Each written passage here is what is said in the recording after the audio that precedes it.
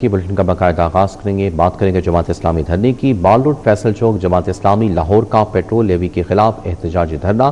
اجتماعی دھرنے میں جماعت اسلامی کے کارکنان کی کثیر تعداد میں شرکت۔ پیٹرول ہی نہیں، اس کے ٹیکسوں میں اضافہ بھی ظلم ہے، یہ کہنا ہے حافظ نعیم الرحمان کا۔ پاکستان کے عوام مہنگائی کی اذیت سے دوچار ہیں، والدین پریشان ہیں کہ بچوں کی فیسیں کیسے جمع کرائیں۔ مزید تفصیلات جانتے ہیں، توقیر اکرم وہاں موجود ہے۔ توقیر اکرم، بتائیے گا کارکنان کی جانب سے مزید کیا مطالبات کیے جا رہے ہیں؟ دیکھیں، کارکنان کا جذبہ جو ہے وہ اسی طرح سے ہے جو ابھی شام کو دیکھنے میں نظر آ رہا تھا۔ بڑی تعداد میں کارکنان نہ صرف لاہور سے بلکہ پورے پاکستان سے قافلوں کی صورت میں چیرنگ کراس پہنچے، اور یہ جو دھرنا تھا جو آغاز ہوا وہ تقریباً اتنا بڑا دھرنا تھا کہ چیرنگ کراس سے لے کر جو مسجد شہداء ہے وہاں تک جو ہیں وہ لوگ کارکنان جو تھے وہ بیٹھے نظر آ رہے تھے اور نعرے بازی کر رہے تھے۔ مختلف جو قائدین تھے ان کی جانب سے بھی بیان کیا گیا، اور اس کے علاوہ جو امیر ہیں جماعت اسلامی کے ان کی جانب سے بھی واضح اور دو ٹوک پیغام جو ہے وہ حکومت کو دیا گیا کہ جو مطالبات ہیں ان کو یہاں پر بیٹھ کے اس کے اوپر مذاکرات ہوں گے، بات چیت ہوگی اور یہیں پر بیٹھ کے اس کا فیصلہ ہوگا۔ ہمارے ساتھ وسطی پنجاب کے امیر جاوید قصوری صاحب موجود ہے۔ سر بتائیے گا، جماعت اسلامی نے جو فیصلہ کیا ہے لیوی کے حوالے سے، بجلی کی قیمتوں کے حوالے سے، کیا سمجھ رہے ہیں آپ کہ دھرنا آپشن ہے اس پہ عمل درآمد کروانے کی؟ اچھا دیکھیے، حکمران تو بے حس ہیں، پوری قوم احتجاج کر رہی ہے، پوری قوم سوشل میڈیا پہ چیخ رہی ہے، لوگ ٹرینوں کے نیچے آ کے خودکشیاں کر رہے ہیں، لیکن حکمران ہے کہ ٹاس سے مس ہونے کے لیے تیار نہیں ہے۔ اس کے سوا کوئی آپشن نہیں ہے کہ قوم متحد ہو کے باہر نکلے۔ اشرافیہ اور مافیا کو جب تک آپ عوامی قوت سے پیچھے نہیں دھکیلیں گے، یہ عوام کے اوپر ظلم کرتے رہیں گے، اور IMF کے ریکوری ایجنٹ کے طور پہ یہ کام کر رہے ہیں۔ اس وقت حکمران ایک مافیا کی شکل اختیار کیے ہوئے ہیں۔ جماعت اسلامی کی یہ جدوجہد اپنی پارٹی کے لیے نہیں ہے، یہ 25 کروڑ پاکستانیوں کا مسئلہ ہے، طلبہ کا ہے، نوجوانوں کا ہے، کسانوں، مزدوروں، ہر شہری کا مسئلہ ہے۔ مجھے یہ بتائیے کہ آپ 800 ارب روپے آپ ان لوگوں کی جیبوں سے نکال چکے ہیں۔ کہا حکومت نے یہ تھا کہ ہم ریفائنریز بہتر کریں گے، اور اس کے اوپر 1 روپیہ نہیں لگا۔ تو یہ سارا پیسہ حکمرانوں کی عیاشیوں پہ لگ رہا ہے، لوگوں کی جیبوں پہ ڈاکے ڈال کے آپ اپنی عیاشیوں کا بندوبست کر رہے ہیں۔ اس لیے یہ اب نظام چلنے والا نہیں ہے۔ جماعت اسلامی کی جدوجہد عوام کے لیے ہے، یہ دھرنا عوام کی خاطر ہے، اور آج تمام طبقہ ہے زندگی کے لوگ اس میں شریک ہوئے ہیں۔ انشاءاللہ اسی کے نتیجے میں حکمرانوں کو پسپا ہونا پڑے گا اور عوام کو ان کا حق دینا پڑے گا۔ امیر، جماعت اسلامی نے تو واضح اعلان کر دیا کہ یہ دھرنا اب جاری رہے گا۔ کیا اس اعلان کے بعد کوئی حکومتی وفد کا رد عمل سامنے آیا، کسی نے مذاکرات کرنے کی کوشش کی ہے؟ اچھا، رابطے تو انہوں نے حکومت نے پہلے ہی کیے ہیں، لیکن حافظ نعیم الرحمان صاحب نے 2 ٹوک کہہ دی ہے کہ ہمیں بریف کرنے کے لیے کوئی نہ آئے، لیوی ٹیکس کو ختم کرنے کے لیے ہمارے ساتھ یہیں پہ آئیں، یہیں پہ بات کریں، عوام کا مسئلہ ہے، عوام کے بیچ میں ڈسکس کریں گے۔ اور دوسری بات یہ کہ جماعت اسلامی کوئی بات لاجک کے بغیر نہیں کہہ رہی۔ ہم تو یہ کہہ رہے ہیں کہ جو 80-85 روپے جگہ ٹیکس ہے، لیوی ٹیکس کے نام پہ جو سرکاری بھتہ ہے جو آپ وصول کر رہے ہیں، کم از کم اسے تو ختم کیجئے۔ اس لیے جماعت اسلامی کا مطالبہ جینون مطالبہ ہے، اور اس جینون مطالبے کے اوپر انشاءاللہ پوری قوم باہر۔ اور دوسری ایک اور بات، یہ مسئلہ صرف پنجاب کا نہیں ہے، پنجاب کا ہے، KP کا ہے، سندھ کا ہے، کراچی کا ہے، بلوچستان کا ہے۔ یہی وجہ ہے کہ دھرنا آج یہاں بھی جاری ہے، KP میں بھی جاری ہے، اور کراچی میں بھی جاری ہے۔ جماعت اسلامی نے بیک وقت 25 کروڑ پاکستانیوں کے مسئلے کو ایڈریس کیا ہے، اور انشاءاللہ اس جدوجہد کے نتیجے میں بالآخر حکمرانوں کو عوام کا حق دینا پڑے گا۔ جو آپ مطالبہ کر رہے ہیں، یقیناً یہ جماعت اسلامی کا مسئلہ نہیں، پوری قوم کا مسئلہ ہے، تو آپ سمجھتے ہیں کہ دوسری پارٹیز میں کسی نے آپ سے رابطہ کرنے کی کوشش کیا اس دھرنے میں آپ کے ساتھ دینے کی جو ہے وہ بات؟ اچھا دیکھیے، چونکہ حکومت کی طرف سے خوف و ہراس کا ماحول پیدا کیا جاتا ہے، وہ چادر اور 4 دیواری کے تقدس کو پامال کرتے ہیں، بیچارہ عام آدمی تو وہ بات کرتے ہوئے بھی ڈرتا ہے۔ جماعت اسلامی نے اس خوف کے ماحول کو توڑا ہے۔ ٹھیک ہے، بہت شکریہ توقیر اکرم آگاہ کرنے کے لیے۔ آگے بڑھتے ہوئے آپ کو بتائیں کہ شہر میں مہنگائی کا راج برقرار، آٹا، گھی، تیل، دالیں، چاول، دودھ، دہی سب مہنگے۔ 15 کلو آٹے کا تھیلا 21 روپے میں فروخت، روٹی 20 روپے کی ہو گئی۔ ادھر برائلر گوشت 15 روپے کلو مہنگا، قیمت 519 روپے کلو مقرر۔ دکاندار صافی کے نام پر 620 روپے فی کلو بٹورنے لگے۔ بیف 1500، مٹن 3000 روپے کلو تک بیچا گیا۔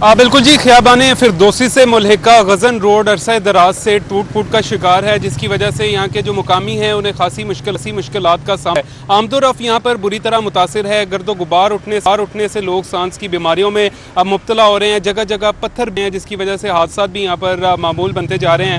علاقہ مکین ہمارے ساتھ موجود ہیں، ان سے ہم بات کرتے ہیں۔ بتائیے گا کن مشکلات کا آپ کو یہاں پر سامنا رہتا ہے؟ سڑک عرصے سے ٹوٹ پھوٹ کا شکار ہے۔ جی السلام علیکم۔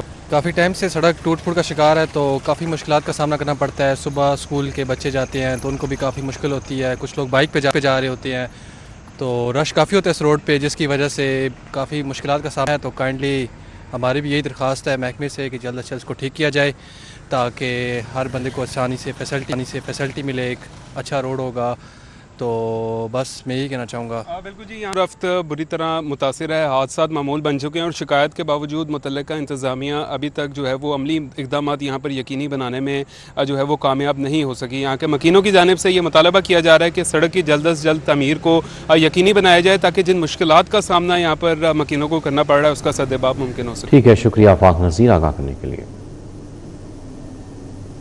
جوہر ٹاؤن بلاک B3 کا واٹر فلٹریشن پلانٹ عرصہ دراز سے غیر فعال۔ فلٹریشن پلانٹ کی بندش سے مکین صاف پانی کی سہولت سے محروم۔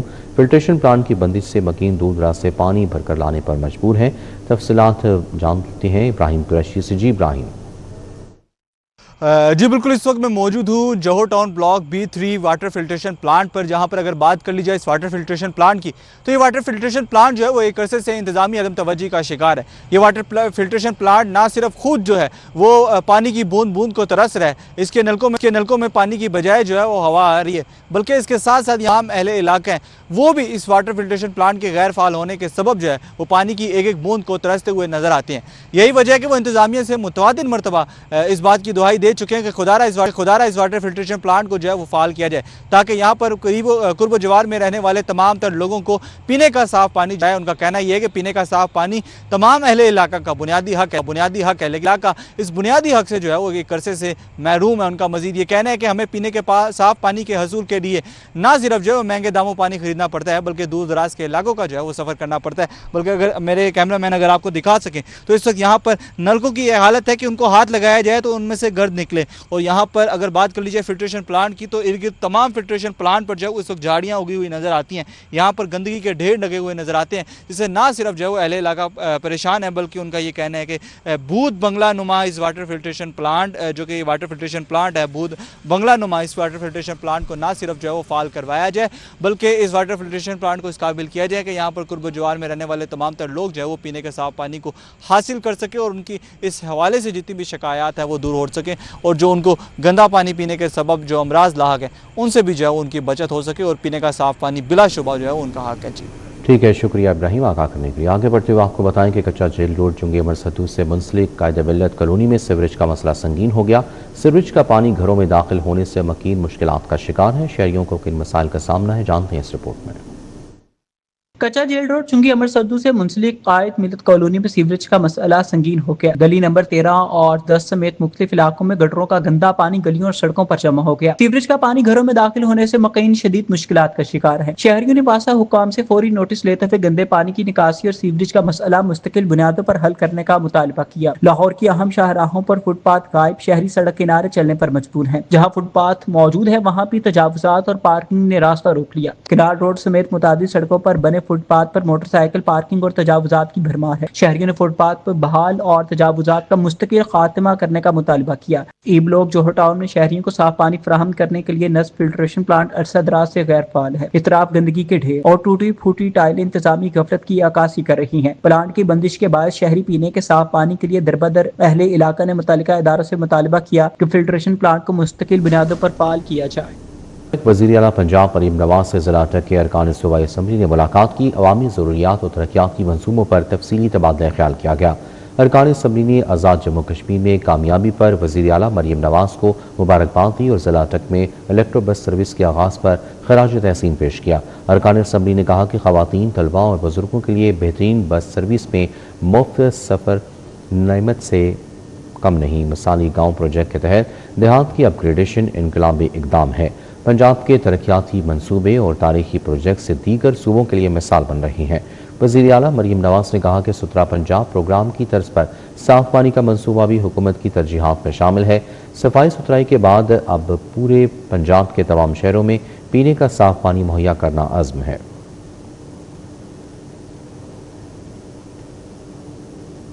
University of education township میں 2 روزہ بین الاقوامی interdisciplinary research conference on one health کا آغاز ہو گیا۔ کانفرنس میں ملک بھر کی 32 جامعات کے وائس چانسلرز، ملکی اور غیر ملکی محققین، طبی ماہرین اور سائنسدان شریک ہیں۔ 7 ممالک کے جامعات کے وفود بھی کانفرنس میں شرکت کر رہے ہیں۔ یونیورسٹی آف ایجوکیشن میں 2 روزہ بین الاقوامی interdisciplinary research conference on one health کا آغاز ہو گیا۔ وزیر تعلیم پنجاب رانا سکندر حیات نے کانفرنس اور یونیورسٹی آف ایجوکیشن کے بزنس انکوبیشن سینٹر کا افتتاح کیا اور بطور مہمان خصوصی خطاب کیا۔ Thank you for bringing in the ecosystem of letting the GC students, well, Omar is not here doing phenomenal work, go to BNU or go to LUMS or the Sadiq Women University students coming into Lahore, because when I was in my university, where I availed the Erasmus scholarship, I went to South America and I was literally learning every culture and what kind of research they are doing.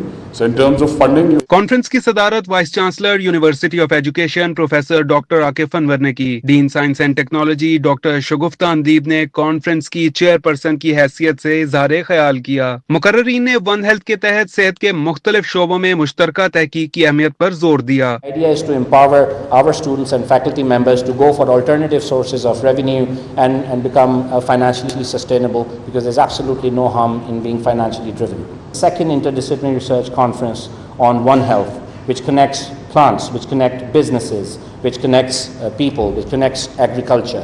And the fact that you are here today, you all have amazing people and amazing faculty members working in your universities. Conference میں غیر ملکی ماہرین اور مقررین نے بھی شرکت کی اور ون ہیلتھ کے مختلف پہلوؤں پر اپنے تحقیقی تجربات اور خیالات کا اظہار کیا۔ There are 2 elements in Pakistan which require significantly addressing, and one is the spread of the cancer in Pakistan is so much that it can be actually regarded as an epidemic. It was happening in developed countries. So how we can detect and diagnose cancer as early as possible and find a solution.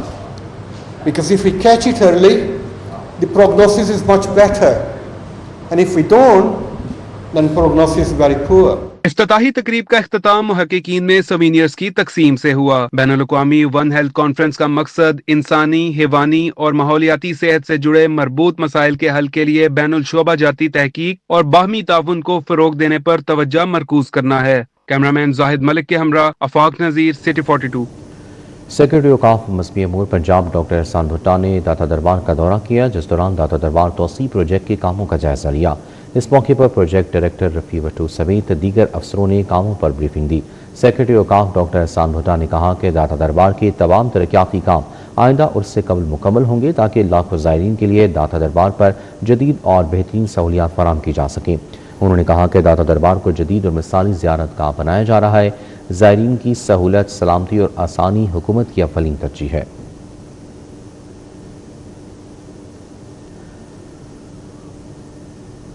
Transporters کی جانب سے پہیہ جیم ہڑتال کا معاملہ، transporters کے وفاقی وزیر علیم خان سے مذاکرات کامیاب۔ وفاقی وزیر نے ٹرانسپورٹرز کو مسائل کے حل کی یقین دہانی کرا دی۔ گڈ ٹرانسپورٹرز نے ملکی ہڑتال ختم کرنے کا اعلان کر دیا۔ صدر آل پاکستان گڈ ٹرانسپورٹرز ایسوسی ایشن لاہور نبیل محمود طاری کا کہنا ہے کہ وزراء مذاکرات میں ٹرانسپورٹرز کی جانب سے کیے گئے مطالبات کی منظوری پر متفق ہیں۔ حکومت اور ٹرانسپورٹرز کے مابین معاملات کو حتمی شکل دی جا رہی ہے۔ آج سے ہڑتال کو ختم کر دیا جائے گا۔ ہڑتال 40 روز کے لیے مؤخر کی جا رہی ہے۔ وعدے کی خلاف ورزی یا مطالبات پورے نہ ہوئے تو دوبارہ ہڑتال کی کال دی جائے گی۔ کراچی مذاکرات ہو رہے تھے منسٹر مواصلات کے ساتھ اور منسٹر جو ٹرانسپورٹ پنجاب ہے اور باقی صوبائی وزیر جو تھے کراچی کے، اور الحمدللہ کہ ہمارے مذاکرات کامیاب ہو گئے ہیں اور ہڑتال ہم نے مؤخر کر دی ہے، اور جلد ہی اپنا جو چارٹ آف ہمارے جو نوٹیفکیشن ہے وہ سامنے آ جائے گا۔ اس میں جو چیزیں طے پائی گئی ہیں حکومت کے درمیان اور گڈ ٹرانسپورٹروں کے درمیان، تو الحمدللہ کہ کل سے کام شروع ہو جائے گا۔ جو پہیہ روکا ہوا تھا پورے ملک کا وہ چل جائے گا۔ لاہور چیمبر انتخابات کی سرگرمیاں فاؤنڈر پائنیئرز اور Lahore businessman front alliance کے انتخابی دفتر میں الیکشن سرگرمیوں کا باقاعدہ آغاز ہو گیا۔ مرکزی قائدین کی press conference, chairman alliance Mian Misbah ul-Rehman, chairman pioneers Ali Hussam, chairman founder Ibrahim Sheikh اور chairman Lahore businessman front Amjad Chaudhry نے خطاب کیا۔ شاہ جمال میں founder pioneers businessman group اور ایل بی ایف الائنس کا باقاعدہ انتخابی آفس آپریشنل ہو گیا۔ Chairman alliance Mian Misbah ul-Rehman, chairman founder Ibrahim Sheikh, chairman pioneers businessman group Ali Hussam Asghar, chairman L B F Amjad Chaudhry نے پریس کانفرنس کی۔ تاج رہنما ملک محمد اعجاز، حارث عتیق چودھری، خادم حسین، ذیشان خلیل، سہیل محمود بٹ، میاں خلیل عبیر، مردان علی زیدی نے شرکت کی۔ حافظ عطاء الرحمان جٹ، سابق صدور شاہد حسن شیخ، شیخ آصف، فاروق افتخار، عبدالباسط سمیت تاجران کی بڑی تعداد شریک ہوئی۔ میاں مصباح الرحمان نے کہا کہ الیکشن کو جیتنا ہوگا اور 2 سال سے بگڑی چیزوں کو ٹھیک کرنا ہوگا۔ علی حسام اصغر نے کہا کہ لاہور چیمبر میں اب میاں انجم نثار کا کوئی پروٹوکول افسر صدر نہیں بن سکے گا۔ ہجوم بڑھتا ہے تو گرمی بڑھتی ہے۔ آپ دیکھیں جو ہجوم بڑھ رہا ہے، موسم بہتر ہو رہا ہے۔ یہ آپ کو خوشخبری ہے کہ انشاءاللہ فتح آپ کی اور ہماری ہوگی۔ مل کے کام کرنا پڑے گا۔ چیمبر کے ساتھ جو پچھلے 2 سالوں میں ہوا ہے اس کو ہم 4 مہینوں میں انشاءاللہ ٹھیک کریں گے سب مل کے۔ اکیلا کوئی کچھ نہیں کر سکتا جی۔ اس الائنس کے تحت انشاءاللہ تعالی میاں مصباح الرحمان صاحب کی قیادت میں جو بھی لاہور چیمبر کا صدر آئے گا وہ جیتنے کے بعد سب سے پہلے مارکیٹوں میں جائے گا، وہ سب سے پہلے انڈسٹریل اسٹیٹس میں جائے گا، جا کے ویژن کے تحت، اس الائنس کے ویژن کے تحت لوگوں کے مسائل اور اس کے بعد ان کی پراپر پالیسی ایڈوکیسی کرے گا۔ ابراہیم شیخ نے کہا کہ الیکشن پر سستی کی تو کوئی فائدہ نہیں ہوگا۔ امجد چودھری نے کہا کہ میاں انجم نثار کو بتاتا رہا کرپشن ہو رہی ہے مگر اس وقت چپ رہے۔ اس وقت بھی کرپشن عروج میں تھی اور میں انجم نثار صاحب کو جا کے پروف دیتا تھا تو آگے سے مجھے جواب ملتا تھا کہ چودھری صاحب آپ اتنی محنت کیوں کرتے ہیں؟ میں انہیں کہتا تھا میاں صاحب میں فور سیل نہیں ہوں، مجھے پیاب سے نکال دے، جو مرضی کرتے رہے۔ ہم اس سال ثابت کریں گے کہ 19,000 میں سے 15,000 ووٹ لینے والا جیتے گا انشاءاللہ، اور وہ 15,000 ووٹ آپ لوگوں کا ہوگا۔ یہاں بیٹھے ہوئے لوگ اس بات کا عہد کریں، آج ہاتھ اٹھائے سارے میرے ساتھ، کہ ہم ایک اکیلا ووٹ ڈالنے نہیں آئے گا، ہر دوست ہر ساتھی کم از کم 10 دوست 10 ساتھی ساتھ لے کے آئے گا۔ امجد چودھری نے کہا کہ پیاف کے سابق صدر نے پیاف پر چارج شیٹ عائد کی ہے جس میں ہیومن ٹریفکنگ، ویزا بیچنے سمیت سنگین الزامات ہیں۔ لاہور کا تاجر الیکشن میں پیاف کا احتساب کرے گا۔ کیمرامین محمد ندیم کے ساتھ شہزاد خان عبدالی، CD 42۔ ماہ ربیع الاول کی مناسبت سے رحیم سٹور اقبال ٹاؤن برانچ کے زیر اہتمام عمرہ ٹکٹوں کی قرآن اندازی کے لیے پروقار تقریب کا انعقاد کیا گیا۔ ممبر قومی اسمبلی حافظ میاں محمد نعمان اور وائس چیئرمین واسع بلال ذوالفقار کھوکر نے بطور مہمان خصوصی شرکت کی۔ تقریب کا آغاز تلاوت قرآن پاک اور بارگاہ رسالت میں ہدیہ نعت پیش کر کے کیا گیا۔ ممبر قومی اسمبلی حافظ میاں محمد نعمان اور وائس چیئرمین واسع بلال ذوالفقار کھوکر نے بطور مہمان خصوصی شرکت کی۔ CEO رانا عبدالرؤف اور رانا اظہر عباس بھی تقریب میں خصوصی شریک ہوئے۔ یہ رانا اختر صاحب کی ایک ایسی یادگار ہے جس کو اللہ کی ذات نے دن دگنی رات چوگنی ترقی عطا کی ہے، اور آپ دیکھیں کہ اس علاقے کے اندر بلکہ اب پورے لاہور کے اندر اس کی برانچیں جو کام کر رہی ہیں، انتہائی مناسب قیمت پر انتہائی اچھے معیار کی کوالٹی کی چیزیں یہ پرووائڈ کر رہے ہیں، اور حقیقت یہ ہے کہ نیکی کے کاموں میں بڑھ چڑھ کر حصہ لیتے ہیں۔ یہ عمرے کی سعادت بھی لوگوں کو بھیج کے حاصل کرتے ہیں، تو میں رانا صاحب کو اور ان کی فیملی کو اور یہاں کی مینجمنٹ کو مبارکباد پیش کرتا ہوں کہ الحمدللہ جو نیک کام میں یہ بڑھ چڑھ کے حصہ لے رہے ہیں، اس سے لوگوں میں ایک تو شعور پیدا ہوتا ہے اور خدمت خلق بھی ہے اور اللہ کی گھر کی سعادت بھی ہو جاتی ہے۔ CEO رحیم اسٹور رانا عبدالرافع کا کہنا تھا کہ میں عمرہ ٹکٹ جیتنے والوں کو مبارکباد پیش کرتا ہوں۔ یہ 11واں سال ہے اور اللہ کا شکر ہے پچھلے 11 سال سے ہر ربیع الاول کے ماہ میں یہاں پہ رحیم اسٹور پہ عمرے کے ٹکٹوں کو قرآن اندازی کے ذریعے نکالنے کا سلسلہ جاری ہے، اور میں یہ اپنی خوش قسمتی سمجھتا ہوں کہ جو ہمارے والد صاحب رانا اختر محمود صاحب نے جو کام شروع کیا تھا، اللہ تعالیٰ آج بھی ہم سے یہ کام لے رہے ہیں، اور میری خواہش ہے کہ اللہ تعالیٰ ہمیں ہمت طاقت دیں کہ ہم اس کام میں اضافہ کریں ہر سال۔ قرآن اندازی کے ذریعے دانیال ناصر عبدالواحد اور شمسہ بطول کو عمرہ ٹکٹ کے لیے منتخب کیا گیا۔ بھاوٹا ٹاؤن برانچ سے منتخب ہونے والے خرم جزاد، عبداللہ طاہر، غلام عباس اور سید طلحہ کو تقریب کے دوران عمرہ ٹکٹس دیے گئے۔ خوش نصیب افراد کا کہنا تھا کہ رحیم اسٹور انتظامیہ کے شکر گزار ہیں۔ تقریب کے دوران شرکاء کے لیے سوال و جواب کا خصوصی سیشن بھی منعقد کیا گیا، جس میں درست جوابات دینے والوں میں قرآن مجید کے تحائف تقسیم کیے گئے۔ کیمرہ مین محمد اسد کے ساتھ ابراہیم قریشی، سٹی 42۔ پاکستان علماء کونسل کے چیئرمین حافظ طاہر محمود اشرفی نے کہا ہے کہ پاکستان میں مدارس کے 15 بورڈز ہیں۔ دہشت گردی کے خلاف علماء کرام نے ہمیشہ کردار ادا کیا ہے۔ معاہدہ مکہ مکرمہ مسلم امہ کی وحدت و اتحاد ہے۔ ماڈل ٹاؤن میں چیئرمین پاکستان علماء کونسل حافظ طاہر محمود اشرفی نے پریس کانفرنس کرتے ہوئے کہا کہ مدارس عربیہ میں دین اسلام پاکستان کی خدمت کر رہے ہیں۔ 22,000 مدارس کی چیریٹی کمیشن مدارس کے رجسٹریشن کرے تاکہ نیا نظام شروع نہ ہو۔ انہوں نے کہا کہ مدارس کے بینک اکاؤنٹس کھلنے چاہیے، بیرونی ملک سے طلباء کے لیے سہولت پیدا کی جائے۔ آج بھی کہتے ہیں کہ اگر کسی مدرسے کے متعلق کہا جائے انتہا پسندی یا دہشت گردی کی تربیت دی جا رہی ہے تو اسے خود تالا لگائیں گے۔ حافظ طاہر محمود اشرفی نے کہا کہ معاہدہ مکہ مکرمہ مسلم امہ کی وحدت و اتحاد ہے، اسے آگے بڑھنا چاہیے۔ معاہدہ مکہ مکرمہ کے دروازے سب کے لیے کھلے ہیں تاکہ اسرائیل کو ناکام بنایا جائے۔ انہوں نے کہا کہ یوم آزادی پر شکر ادا کرتے ہیں اور عہد کرتے ہیں کہ اسلام کی سربلندی ملکی استحکام کے لیے پرچم تلے ایک ہیں۔ جو بیانیہ قوم کو دیا ہے آج الحمدللہ، فتنہ خوارج ہو یا فتنہ ہندوستان ہو، وہ بیانیہ قوم لے کے چل رہی ہے۔ ہم اس ملک کے اندر نہ تکفیر کا نظام چاہتے ہیں نہ توہین کا۔ تمام مسالک کے مقدسات محترم ہیں، اپنا مسلک چھوڑو نہیں، دوسرے کے مسلک کو چھیڑو نہیں، یہ پیغام پاکستان میں ہم طے کر چکے ہیں اور اسی پر ہم عمل درآمد چاہتے ہیں۔ یہ پاکستان ہمارا ہے۔ قیام پاکستان میں علماء اور مشائخ نے جو کردار ادا کیا، اسی کی بنیاد کے اوپر علامہ شبیر احمد عثمانی رحمت اللہ علیہ نے پاکستان کا پرچم لہرایا، علامہ ظفر احمد عثمانی نے پاکستان کا پرچم لہرایا، آئین پاکستان ہمارے بڑوں نے مل کر بنایا، اور آج پاکستان کے استحکام کے لیے بھی انشاءاللہ ہم سب ایک ہیں۔ جو معاہدہ مکہ مکرمہ ہے، اصحاب رسول و اہل بیت سے محبت اور پاکستان کا استحکام، دفاع، سلامتی ہمیں اپنی جانوں سے بھی زیادہ عزیز ہے۔ مرحبا 1975 سے معیاری مصنوعات کی تیاری اور فراہمی کے لیے مصروف عمل ہے۔ میرا برانڈ پاکستان ایکسپو میں مرحبا نے خصوصی سٹال قائم کیا۔ شہریوں نے مرحبا کی مصنوعات پہ خصوصی دلچسپی کا اظہار کیا۔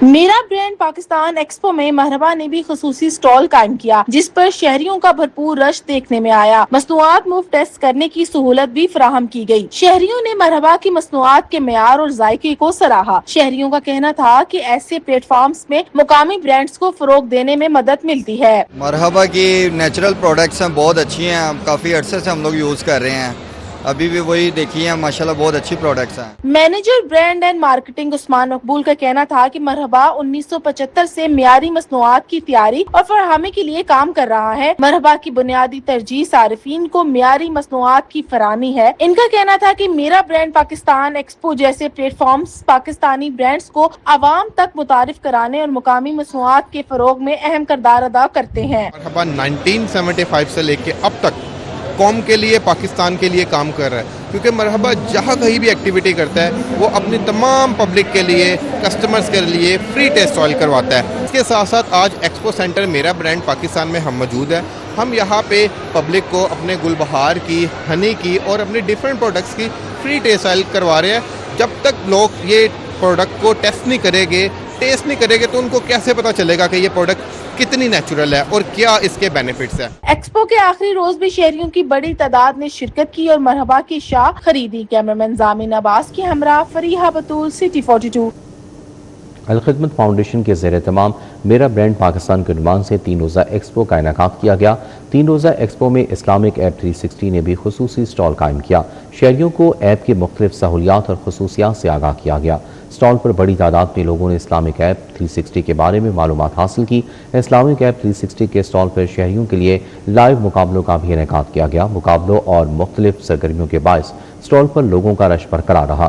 شہریوں کو اسلامی کتب، قرآن و حدیث اور دیگر دینی معلوماتی مواد تک ڈیجیٹل رسائی کے حوالے سے بھی آگاہی فراہم کی گئی۔ اسلامک ایپ 360 کے تحت مختلف اسلامی موضوعات پر متعدد ایپس بھی دستیاب ہیں، جن میں قرآن، احادیث، دعاؤں اور اسلامی کتب سے متعلق مواد شامل ہے۔ موجودہ ڈیجیٹل دور میں اسلامی اور دینی معلومات کو جدید ٹیکنالوجی کے ذریعے عام لوگوں تک پہنچانا ایک مثبت اقدام ہے۔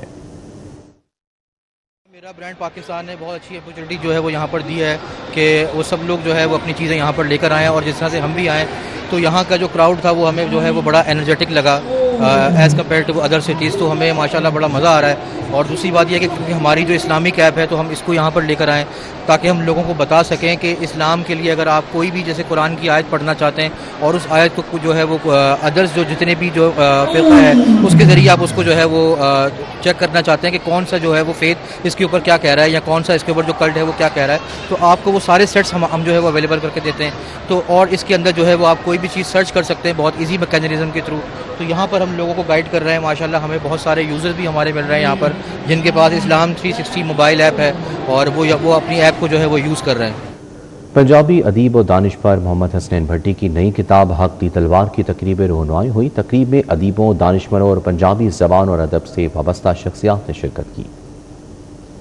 PHM ہاؤس مسلم ٹاؤن میں معروف پنجابی ادیب و دانشور محمد حسنین بٹی کی نئی کتاب حق دی تلوار کی تقریب رونمائی ہوئی۔ تقریب میں جنرل سیکریٹری آبکا پاکستان محمد ریاض، صدر پنجاب سوشل مونومنٹ محمد طاہر بٹی، نیک محمد کھوکھر ایڈوکیٹ اور غزالہ نظام الدین سمیت دیگر شخصیات شریک ہوئی۔ مقررین نے کتاب کو پنجابی زبان و ادب کے لیے اہم کاوش قرار دیا۔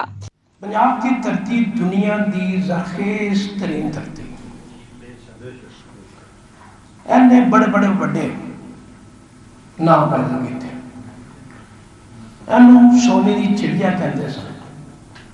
اور جناب سونا نہیں سی نکلدا اتھوں، اے عظیم لوگ نکلدے سن، ذہن نکلدے سن، بڑے بڑے بزرگ نکلدے سن، جنہاں نے پوری دھرتی وچ حکومت بھی کی، اپنا نام بھی پیدا کیا۔ حق دی تلوار میں میاں محمد بخش کی فکر، صوفیانہ کلام اور تعلیمات کو موضوع بنایا گیا ہے۔ مصنف محمد حسنین بٹی کے مطابق کتاب کا مواد میاں محمد بخش کی 16 کتب سے اخذ کیا گیا ہے۔ محمد حسنین بٹی کی پہلی کتاب راہ مدینہ 2011، دوسری کتاب کوک پاکستان کوک 2023 میں شائع ہوئی۔